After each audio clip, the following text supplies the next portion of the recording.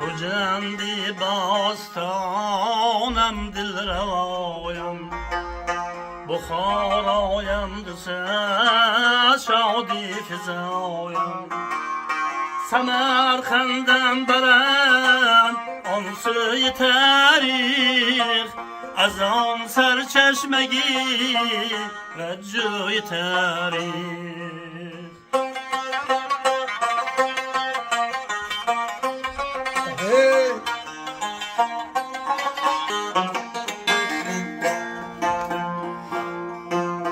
خجندا کو کمال نازنینت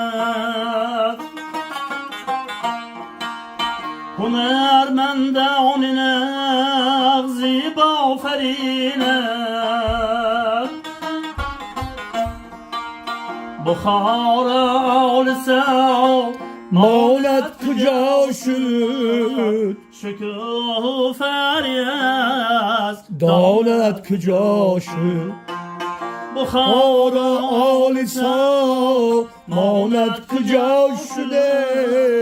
شکوفری است دانت کجا شد مرا دل می شود هر لحظه در بر بخوجند و بخار و سمرقند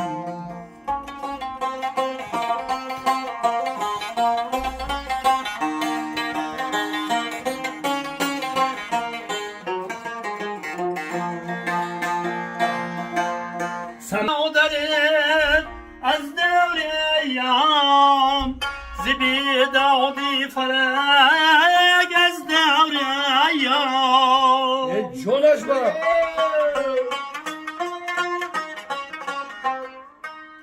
سمرقند دادرت از دور ایام زبی دادی فرگ از دور ایام